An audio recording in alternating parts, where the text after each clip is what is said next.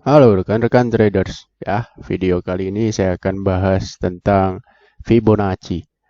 Kita mulai dari basic dulu ya. Fungsi dari Fibonacci itu untuk mengetahui area-area diskon, area-area pullback yang mana Anda bisa coba entry pada area-area tersebut. Nah, Fibonacci itu sendiri memiliki beberapa angka-angka yang wajib Anda perhatikan, ya.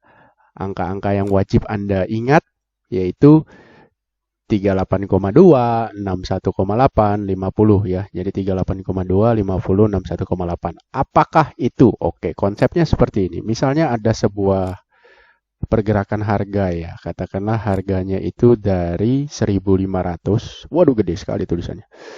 Dari 1.500. Oke, kita coba 1.500 ya.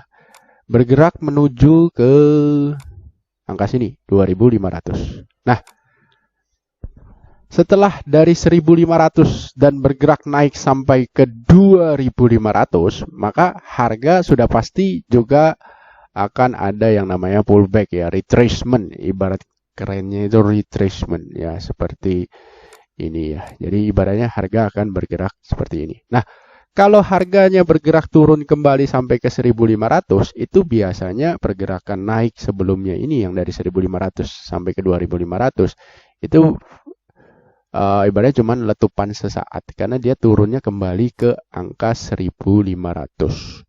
Biasanya tidak seperti itu ya. Biasanya dia akan turun ke area-area di mana merupakan area-area yang menjadi semacam, kalau orang ahli Fibo mempercayainya, angka-angka ajaib karena itu angka-angka yang dibentuk oleh alam seperti itu ya.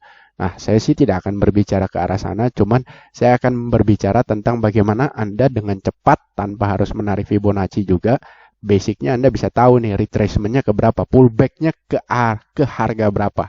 Gampangnya begini, Fibonacci itu menghitung ya kenaikan dari 1.500 ke 2.500 adalah sebesar 1.000. Ya kan? Dari 1.500 ke 2.500 naiknya adalah sebesar 1.000. Kalau 1.000 turun 500, ya ini kan range-nya naik 1.000. Kalau kenaikan ini terdiskon 50%, 50% itu maksudnya bukan 50% dari 2.500, Anda jangan salah. Ya, bukan dari 2.500, tapi terdiskon 50% adalah dari ini 1.500 ke 2.500, yaitu range 1.000. Diskon 500, diskon 50% berarti sama dengan diskonnya 500. Berarti ini angkanya akan turun ke angka 2.000 seperti itu ya. Dari sini dia akan turun ke 2.000. Nah, saya tulis dari sini 2.000. Nah, oke. Nah, dia akan turun ke 2.000. Kenapa kok turunnya ke 2.000? Diskonnya 50%. Ya ini, yang didiskon itu adalah kenaikan harganya sebesar 1.000. Didiskon 50%.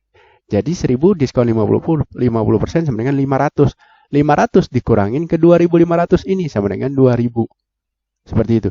Ini yang disebut sebagai Fibo 50. Ya. Kalau dia cuma terdiskon 38,2, berarti dia turunnya adalah 1.000 kali 38,2%, berarti adalah sebesar Rp382. Maka 1.000 kurangin Rp382 adalah sebesar 618. Ya, adalah sebesar 618. Jadi diskon 38,2-nya itu adalah 382. Jadi 2.500 ini kita kurangin 382, maka adalah sebesar 2.118. Saya tulis dulu. Cepret. 2.118. Ya. Tes. Ini yang disebut sebagai Fibo 38,2. Oke. Bagaimana kalau dia diskonnya adalah 61,8? Ya, itu artinya Fibo 61,8. Berarti harganya ada di harga berapa? Ya, dalam hal ini cara menghitungnya adalah kita udah tahu range-nya ada kenaikannya adalah 1000, 61,8 berarti 618, 2500 dikurangin 618 sama dengan di angka sini 1882. Ya. Ini yang disebut sebagai Fibo 61,8. Kalau sebuah pergerakan tersebut adalah pergerakan yang kuat dan dia bisa menunjukkan sebuah tren yang nantinya akan menjadi tren uptrend yang sangat kuat, maka biasanya retracementnya itu hanya sampai ke Fibo 38,2 biasanya. Ya. Kalau dia adalah pergerakan yang tidak terlalu kuat, biasanya dia akan retrace sampai Fibo 61,8. Fibo ini sendiri Anda tidak perlu khawatir, ada di dalam setiap tools charting yang ada di dunia ini. Jadi kalau ada tools charting ya udah pasti ada Fibonacci-nya, tinggal Anda plot saja, tinggal Anda tarik saja. Seperti itu. Nah, ini adalah simpelnya seperti ini. Jadi kalau pergerakan itu kuat, biasanya setelah kenaikan dari 1500 ke 2500 nih contoh ya, dia hanya akan pullback atau retrace ke angka 2118 atau Fibo 38,2. Biasanya seperti itu. Ya. Atau ya lewat-lewat dikit, ekornya kadang bisa sampai 2000 ya, Fibo 50. Tapi kalau dia bermain di angka Fibo 61,8, nah itu biasanya pergerakannya ya tidak terlalu kuat uptrendnya, cuma ya tetap aja ibaratnya bisa naik tapi naiknya pelan. Seperti itu. Kalau harga tutup dan berlama-lama di bawah Fibo 61,8, wah cilaka 12 itu namanya. Maka pergerakan naik ini tadi itu hanya letupan sesaat. Sekarang kita ke chart. Oke. Anda bisa lihat PTBA. PTBA naik sudah banyak nih ya. Jebret. Dari sini, trut, naik sampai atas. Tash, seperti itu. Ya. 62%. Sorry, atau kita sebelumnya dari sini saja. Set, ya. Ini naiknya sebanyak 42% hanya dalam 19 hari kerja. Tatat 19 candle. Seret. Anda nggak dapat, Anda nggak punya barangnya. Anda kelewatan gitu kan. Waduh, saya nggak sempat beli. Nah, kalau Anda mengharapkan harganya turun kembali ke ibaratnya ke sini, yaitu di harga berapa nih?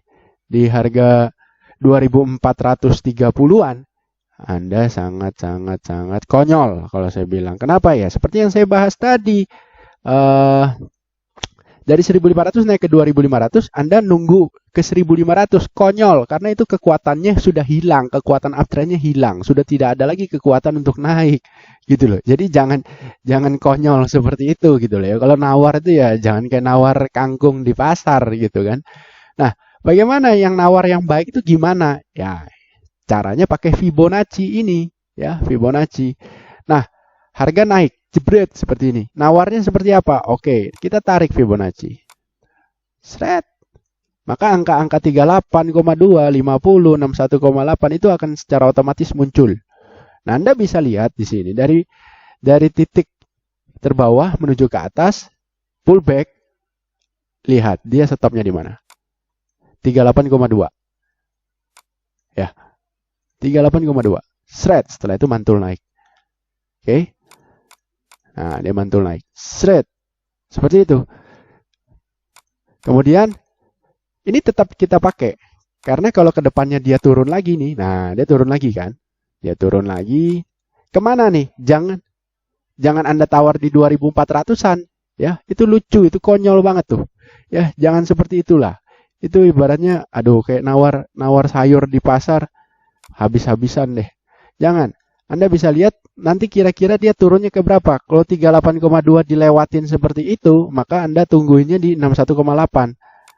Nah, seperti ini. Tungguin itu maksud saya bukan Anda pasang order di sana untuk beli. Tidak.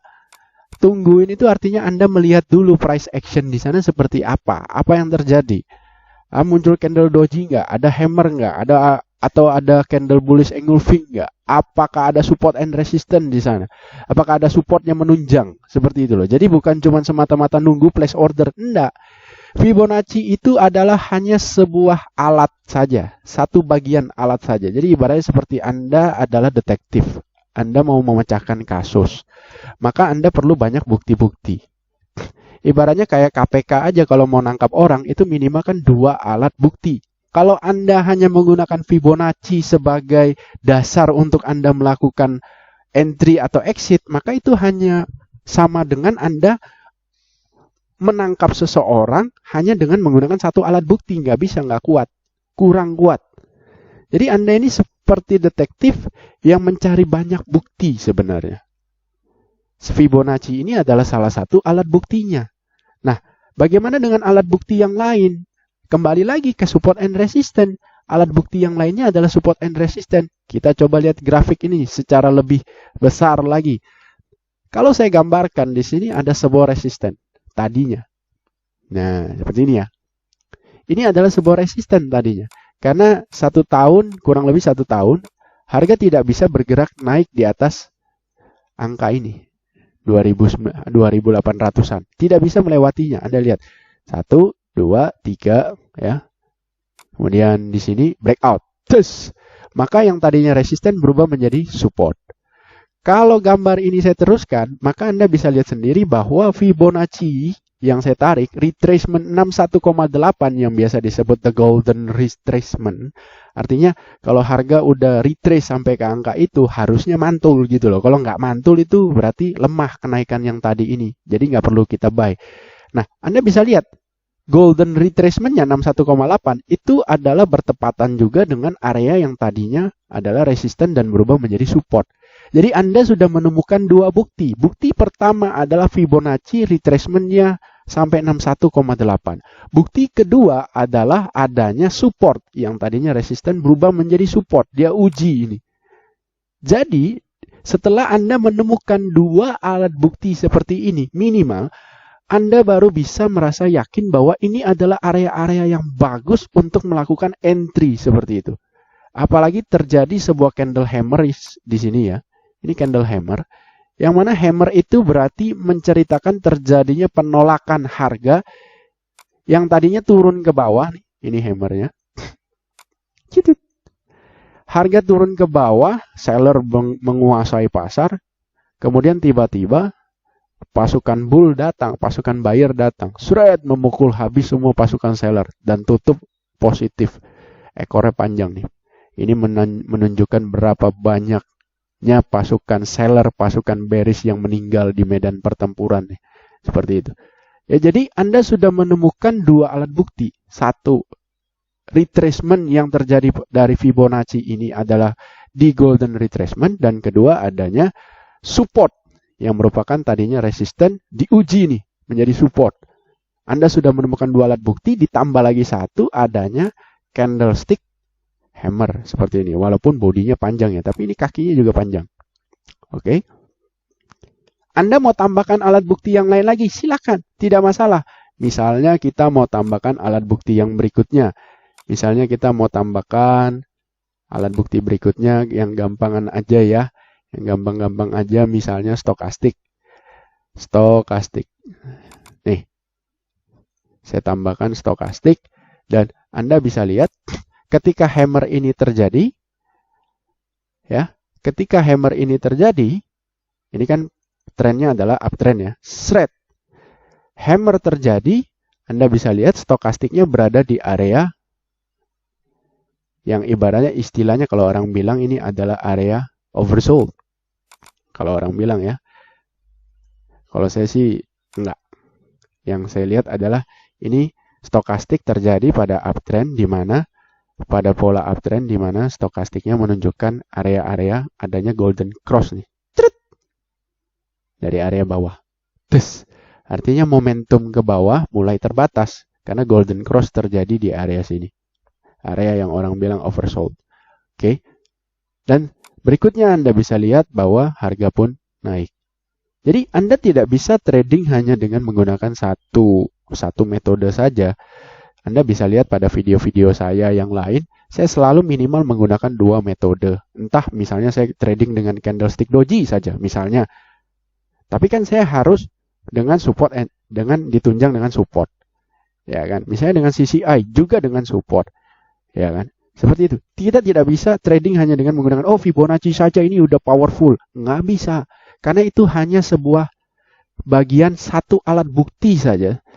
Yang mana Anda kalau sebagai anggota KPK ya undang-undangnya menyatakan bahwa minimal 2 alat bukti bukan 1 alat bukti. Jadi kalau Anda menangkap orang tuh minimal 2 alat bukti. Anda trading nggak bisa dengan 1 metode saja. Anda harus minimal mengandalkan 2 metode. Ya, lebih banyak lebih bagus. Trading system saya itu malah menggunakan 5 metode. Ya, 5 metode. 5-5-nya harus konfirmasi. Kalau tidak satu saja tidak konfirmasi, maka saya tidak akan entry the trade. Saya tidak akan buy. Seperti itu. Ya. Jadi, ingat. Satu cara analisa itu adalah satu alat bukti saja. Anda tidak bisa nangkap orang hanya dengan menggunakan satu alat bukti. Anda carilah alat bukti sebanyak-banyaknya supaya ketika Anda tangkap orang ini, maka Anda yakin dia akan terima hukumannya. Dan seperti itu. Sehingga makanya KPK kan ibaratnya selalu nih. Kalau nangkap orang, kecil kemungkinan dia bisa bebas. Kecil kemungkinan dia bisa bebas. Seperti itu. Oke. Thank you for watching.